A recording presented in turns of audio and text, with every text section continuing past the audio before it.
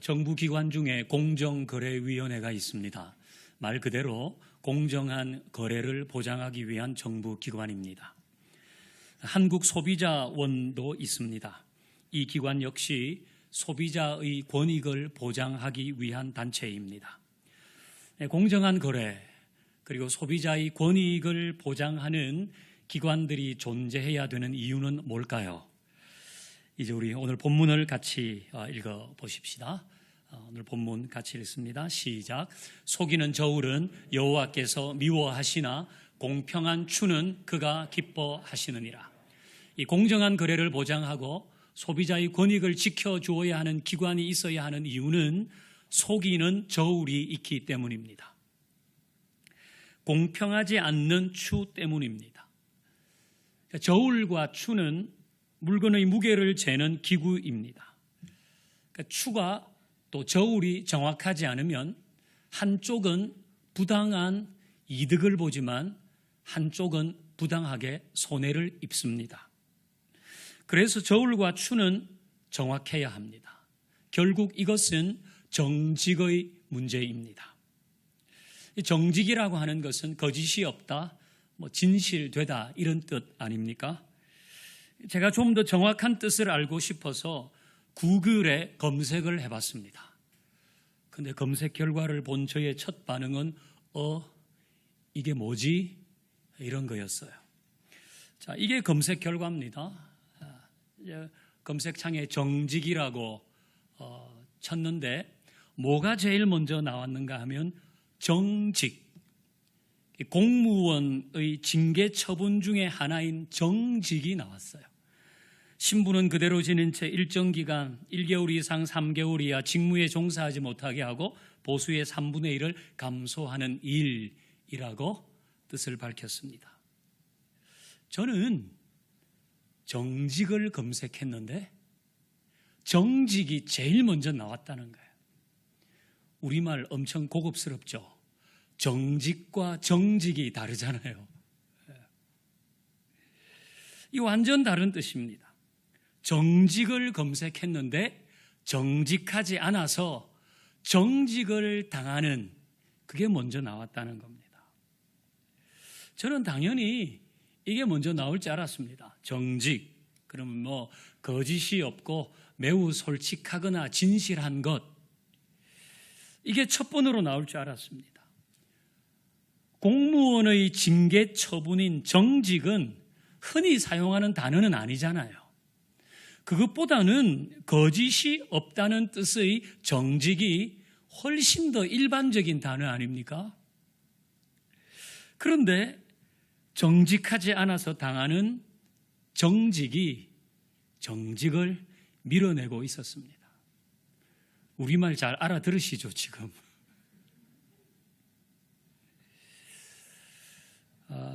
네이버도 검색해봤습니다. 지식백과가 쭉 나오는데요. 역시 공무원의 징계 처분 중에 하나인 정직이 제일 먼저 나왔습니다.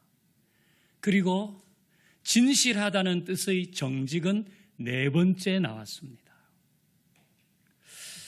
저에게 드는 생각은 이런 것이었습니다. 혹시 우리 사회에서 거짓이 없다는 정직은 사라지고 있는 단어는 아닐까? 그 의미에서 사용 빈도에서 점점 없어지고 있는 단어는 아닌가? 쾌쾌 묵은 단어, 현실성이 없는 단어로 바뀌고 있는 건 아닐까? 공정거래위원회도 있고 소비자보호원도 있고 금융감독원도 있고 감사원도 있지만 정의와 공정과 정직은 사라지고 있는 건 아닐까? 오늘 주시는 하나님의 말씀은 정직하라고 하시는 건데 이건 실효성이 있는 것일까? 이 말씀은 현실성이 없는 듣기 좋은 노래에 불과한 것은 아닐까? 정직하게 살아도 되나? 애들한테는 어떻게 가르쳐야지? 여러분도 하는 고민일 겁니다. 지난주에 이런 생각을 하면서 책을 한 권 읽게 됐습니다. 책 제목은 H 팩터의 심리학 H입니다. 여기에서 H는 정직하다는 뜻의 honesty의 H입니다. 정직하다. 그 뜻의 H를 사용해서 H팩터의 심리학이라는 제목을 썼습니다. 그러니까 이 책은 정직을 다루는 윤리서적이 아니라 정직에 대한 심리학 서적입니다. 제목 그대로 정직이란 요소 H팩터를 다루는 심리학 책인 것입니다. 이제 두 사람이 썼는데요. 한 분은 우리나라 사람, 캘거리 대학의 심리학과 교수 이기범 선생과 또 한 분은 캐나다 어느 나라 사람인지 모르겠는데 마이클 애슈톤이라는 사람이 함께 썼는데 의미 있게 보았습니다. 그동안 이 정직은 윤리의 문제였지 심리의 문제는 아니었다는 거예요. 정직은 당연히 윤리의 문제 아닙니까? 그런데 이 책의 특징은 이 정직을 심리의 문제로 풀고 있다는 거예요. 정직을 심리의 영역에서 다룬 것은 이 정직이 사람의 됨됨이에 있어서 얼마나 중요한 영향을 끼치는지를 보여주는 겁니다.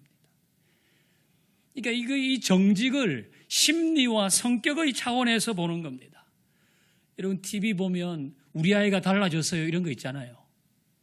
그 유명한 오 선생님인가? 항상 TV는 나만 보니까 할 말이 있어야지. 그 애들 좀 이렇게 이제 마음에 병이 있거나 성격이 좀 이렇게 막 이런 애들을 하는 거 아니에요. 여러분 성격은 평생 가거든요. 다 이루어도 성격 나쁘면 다 무너지는 겁니다. 근데 정직을 윤리의 문제가 아니라 심리, 성격의 문제로 다루었다는 거예요. 그러니까 이거는 인생은 결국은 이 정직의 문제로 판결이 난다. 살아가는 데 있어서 이 정직이 얼마나 중요한가 그걸 역설한 책입니다. 정직성이 높은 사람과 낮은 사람을 구별하는 방법, 정직성이 낮은 사람이 어떻게 살고 결과는 어떻게 되는지, 또 정직하게 살아야 하는 이유는 뭔지, 이런 이야기들이 쭉 나와 있습니다. 이 책의 부제는 정직함의 힘입니다. 정직하면 그 자체가 힘이라는 거예요. 정직하게 사는 것은 지금도 힘이라는 것입니다. 흔히 정직하면 좀 유약함, 무능함, 융통성 없음과 같은 말로 여기는데 그렇지 않다는 거예요. 흔히 생각하기를 요즘 같은 세상 정글과 같은데 정직하게 살았다가는 큰일 난다. 이런 생각이 팽배해 있는데 그건 오해라는 것입니다. 여전히 정직은 힘이다. 그렇게 얘기합니다. 정직해야 끝이 좋고 정직해야 삶이 행복하고 정직해야 그 인생이 힘있게 전진한다. 그런 이야기입니다. 이 책 읽으면서 기분이 좋았습니다. 정직은 빛바랜 단어가 아니구나. 하나님이 정직하라고 하시는 데는 이유가 있는 거구나. 하나님께서 공평한 추를 기뻐하신다. 정직한 저울을 사용하는 자를 기뻐하신다고 한 것은 오늘도 여전히 유효한 말씀이구나. 이렇게 지지를 받으니까 기분이 좋았어요. 미국에서 백화점을 처음 시작한 사람은 존 워너 메이커입니다. 유명한 사람이고 유명한 신앙인이기 때문에 들어보셨을 겁니다.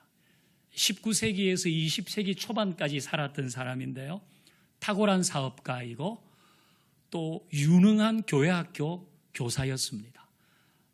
최신부 장관도 역임했고 사회사업가이고 YMCA 운동을 주도했던 사람이고 좋은 일을 많이 했고 저기 종로 2가 가면 YMCA 회관 있잖아요. 그것도 1908년에 존 워너메이커의 후원으로 지었다 그래요. 그는 가난한 가정에서 태어났습니다.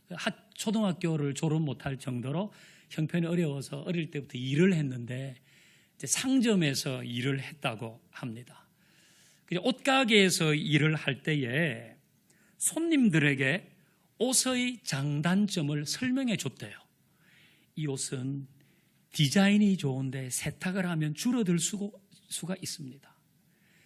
이 옷은 컬러는 좋지만 빨래를 하면 물이 빠질 수 있습니다. 이런 얘기를 다 해줬다는 거예요. 주인이 좋아하겠어요? 안 좋아하겠어요? 주인이 그런 얘기를 왜 하냐고 그냥 좋다 그러면 되지. 그런데 이 워너메이커의 생각은 달랐습니다. 있는 그대로 얘기해 줘야지 그 사람이 다음에 또 올 것이다. 이게 워너메이커의 생각이었습니다. 이게 옳았습니다. 그래서 사람들이 점점 많이 오고 장사가 잘 됐어요. 그러다가 이 주인이 이제 세상을 떠나면서 23살 된 워너메이커에게 남성복 매장을 하나 줬습니다. 네가 한번 해보라고. 이때는 유통 이런 게 원활하지 않아가지고 물건이 제때 공급이 되지 않았답니다. 그래서 상점 주인들은 물건 값을 마음대로 부르는 경향이 있었대요. 똑같은 건데도 이 사람한테는 10,000원, 저 사람한테는 30,000원, 그 사람한테는 50,000원 막 이렇게 받는 거예요. 근데 이때에 워너메이커는 정찰제를 도입했대요. 요거는 언제나 20,000원입니다. 그리고 교환과 환불을 자유롭게 해줬답니다. 이게 19세기에 이런 걸 했다는 거예요. 19세기에. 그러니까 이 제품에 대해서 장단점의 유무를 있는 그대로 얘기해주고 정찰제를 실시하고 교환과 환불을 자유롭게 해주는 것, 당시로는 매우 파격적인 것이었습니다. 누가 봐도 이렇게 장사해서는 남는 게 없는 겁니다. 하지만 결국은 워너메이커가 운영하는 가게가 번창했고 미국 최초로 뉴욕에 백화점을 세웠고 미국의 10대 재벌의 이름을 올렸습니다. 오늘 설교의 제목은 정직, 앞날을 밝히다입니다. 정직이 앞날을 밝히는 겁니다. 정직하지 않으면 거짓은 앞날을 어둡게 하지만 정직은 앞날을 밝힙니다. 워너메이커의 정직이 그의 앞날을 밝힌 것입니다. 오늘도 마찬가지입니다. 정직한 사람의 앞날이 밝을 것입니다. 정직의 힘이 그 사람의 앞날을 힘있게 하는 것입니다. 우리는 정직하게 살면 손해볼 거야. 정직하게 살면 힘들어. 이거 다 오해란 말이에요. 여러분이 타고 있는 자동차가 고장이 났다고 하십시다. 정비업소에 갔는데 이것도 고치고 저것도 고치고 또 저것도 손봐야 된다고 말하면 그대로 할 수밖에 없습니다. 이렇게 타다가 고속 주행 중에 타이어가 펑크 날 수도 있습니다. 길 위에서 차가 설 수도 있습니다. 운전대가 작동하지 않을 수도 있습니다. 이렇게 말하면 여러분 자동차 안 고치고 타고 다닐 배짱이 있습니까?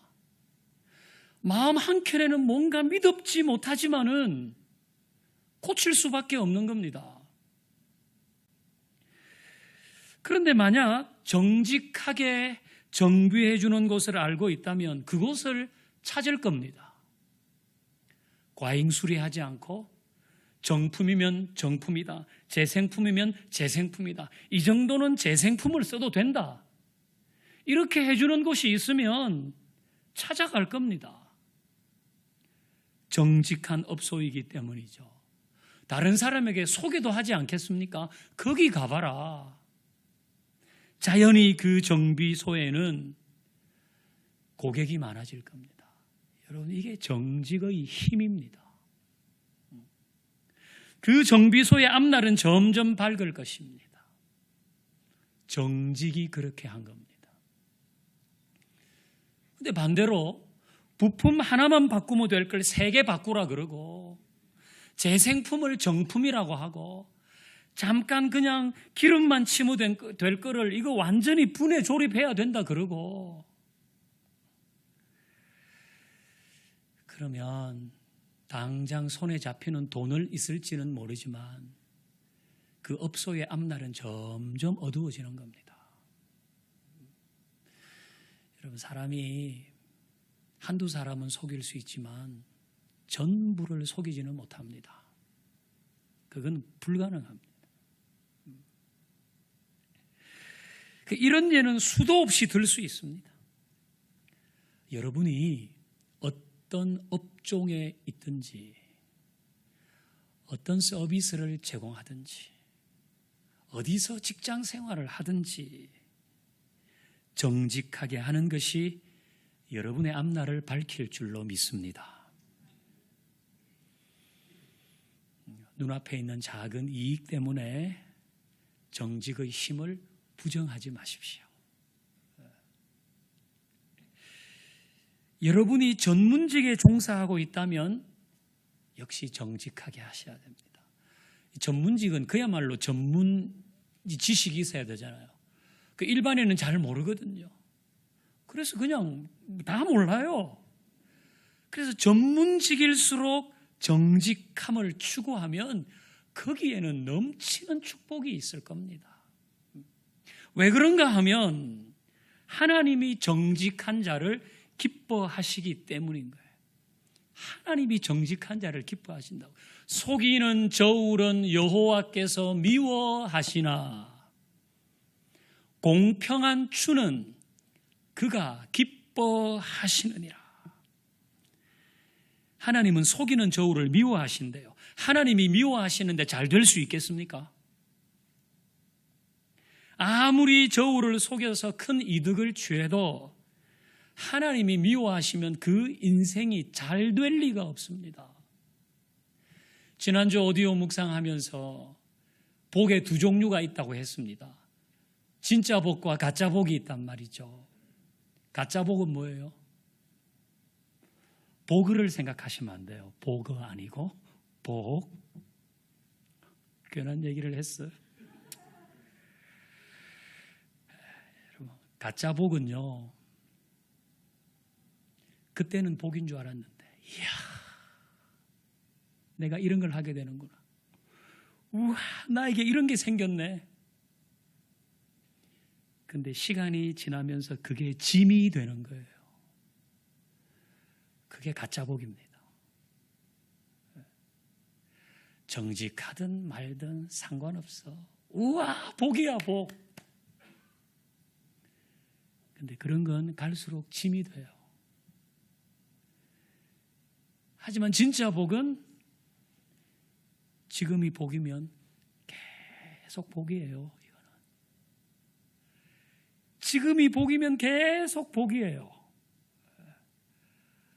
우리가 잠언 묵상하는데 정직과 성실에 대한 말씀 많이 나오죠. 정직과 성실로 하나님을 경외하면서 만들어가는 이거는 지금도 복이지만 앞으로도 계속 복이란 말이에요. 그래서 정직이 중요한 거예요. 그래서 공평한 추는 하나님이 기뻐하신다 그랬잖아요. 하나님이 기뻐하시는데 안 될 리가 있겠습니까? 안 될 리가 없습니다. 정직하게 공평한 추를 사용하면 하나님이 기뻐하시기 때문에 그 인생이 안 될 리가 없는 겁니다. 눈앞의 작은 이익 때문에 정직을 버리지 마십시오. 멀리 보고 길게 보고 하나님의 관점으로 보세요. 정직을 잃으면 미래를 잃는 겁니다. 정직을 잃으면 미래를 잃는 겁니다. 하지만 정직하면 앞날이 밝을 것입니다. 하나님이 기뻐하시는 정직함으로 앞날을 더 밝게 하고 힘있게 하고 복되게 여는 지혜가 여러분에게 있기를 주의 이름으로 축원합니다. 이제 우리 찬양할 텐데요. 이 찬양은 최근 한 달 동안 금요 기도회 때 거의 매주 불렀던 찬양입니다. 이 찬양을 할 때마다 정말 하나님이 기름 부어주시는 것 같아요. 이 찬양이 익숙하지 않은 분은 한 달 동안 금요 기도회를 안 나왔다는 거예요. 새 찬송 자꾸 한다고 얘기하지 마세요. 이것도 필요 없는 얘기인데. 그저 이 찬양이 좋다는 얘기를 하는 거예요. 이 찬양은 온 세상을 품고 하는 찬양이에요. 하나님의 나라가 곳곳에 임하기를 원하는 찬양이거든요. 여러분, 저는 정직이 하나님 나라의 질서라고 생각합니다. 우리는 개인도 정직해야 되지만은 우리 사회도 정직해야 되고 온 세상이 그 하나님의 나라의 가치인 정직을 따라가야 하지 않겠습니까? 이 시간에 그런 마음으로 우리 넓은 마음을 가지고 이 찬양 같이 하고 기도하십시다.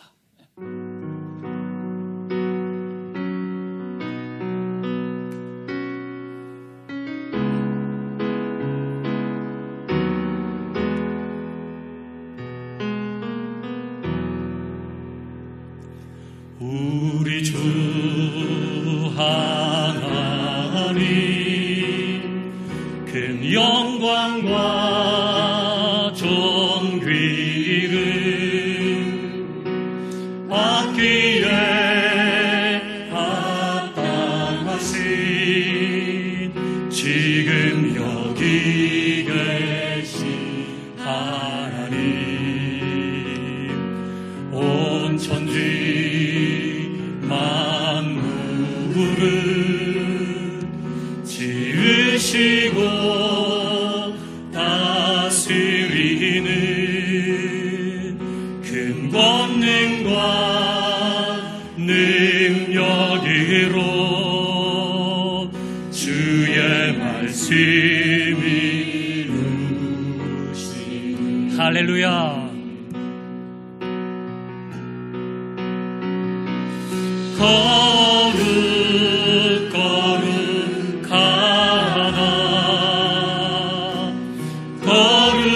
거룩하다 주 하나님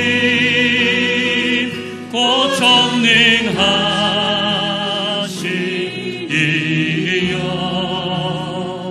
하나님 나라 임하네. 할렐루야. 주임제 하실 때 모든 만물 경배하리. 어둠 권세 물러가는 할렐루야. 오셔서 다스리소서.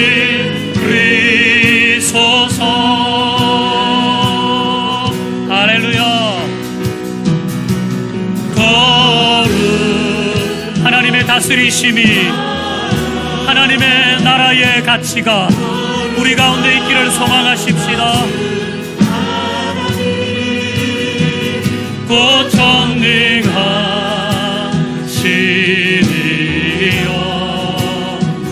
하나님 나라 주임제 하실 때 주임제 하실 때 모든 만물 경배하리.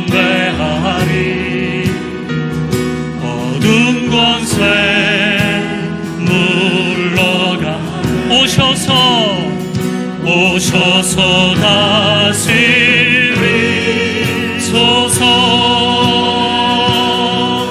아멘. 거룩하다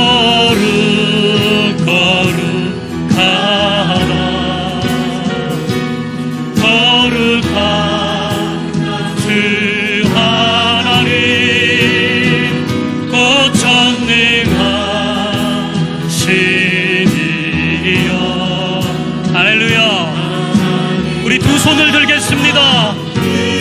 거룩하신 하나님의 나라가